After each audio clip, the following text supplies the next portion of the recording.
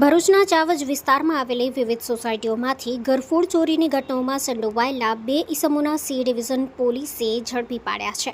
પોલીસે ચોરીના 6 ગુનાઓ ઉકેલી કુલ 4,13,857નો મુદ્દામાલ સહિત ચોરીમાં વપરાયેલી મોટરસાયકલ પણ રિકવર કરી છે. ભરૂચ સી ડિવિઝન પોલીસ મથકના પીઆઈ વીઆર ભરવાડના માર્ગદર્શન હેઠળ પીએસઆઈ બીએસ સેલાણા અને સર્વેલન્સ સ્ટાફ પેટ્રોલિંગમાં હતા. ત્યારે માહિતી મળી હતી કે પહેલાના ગુનાઓમાં ઝડપાયેલા ઉમેશ દયાળભાઈ બગડિયા ઇલેક્ટ્રિક વાયરના બંડલો અને ચોરીની Splendor plus motorcycle number GJ4CD 8842 સાથે ચાવજથી જાડેશ્વર ચોકડી તરફ આવી રહ્યો છે.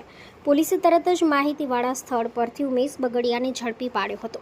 પૂછપરછ દરમિયાન તેણે ખુલાસો કર્યો હતો કે 10 એપ્રિલના રોજ તેણે અને નવલ ઉર્ફે કાળિયો ચંદુભાઈ ભાભોરે ચાવજ સ્થિત શ્રી વૃંદાવન વિલા સોસાયટીના બંધ મકાનની બારી તોડી અંદર પ્રવેશ કરીને ઇલેક્ટ્રિક વાયરના 20 બંડલ ચોરી કર્યા હતા. બંને ઇસમોએ અગાઉ પણ ચાવજની વિવિધ સોસાયટીઓમાં ઘરફોડ ચોરી કરી સોના ચાંદીના દાગીના અને અન્ય ચીજો ચોરી કર્યાની કબૂલાત કરી છે. ઉપરાંત અંકલેશ્વર જીઆઈડીસી અને ભરૂચ શ્રવણ ચોકડીમાંથી મોટરસાયકલ ચોરીના ગુનાઓ પણ કબૂલ કર્યા છે. પોલીસે બંને વિરુદ્ધ ગુનો નોંધીને ચોરીમાં ગયેલા ઇલેક્ટ્રિક વાયરના અલગ અલગ સાઇઝના બંડલ, સોના ચાંદીના દાગીના તથા મોટરસાયકલ સહિત કુલ કિંમત ₹4,13,857નો મુદ્દામાલ રિકવર કર્યો છે. બંને આરોપીઓ સામે કાયદેસરની કાર્યવાહી શરૂ કરવામાં આવી છે. રિપોર્ટર અઝહર પઠાણ, સત્ય ડે ન્યૂઝ, ભરૂચ.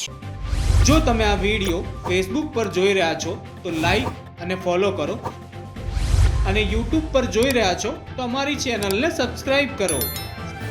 સત્યડે.com આઝાદી સમાચારોની.